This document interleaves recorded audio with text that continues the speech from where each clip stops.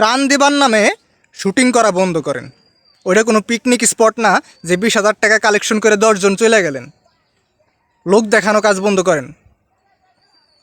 কথাগুলো সবাইকে বলতেছি না, অযথা নিজের ঘাড়ে নিয়ে ভুল বুঝেন না।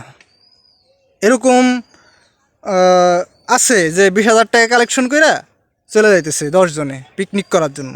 কিন্তু আবার অনেক মানুষ আছে, বেশিরভাগ মানুষই আছে যারা প্রকৃতপক্ষেই কাজ করতেছে।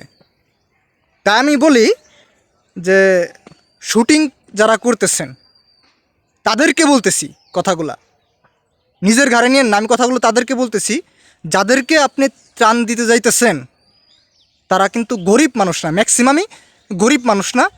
আজ তারা পরিস্থিতি শিকার, যার কারণে তাদেরকে এই সব ত্রাণ নিতে হইতেছে।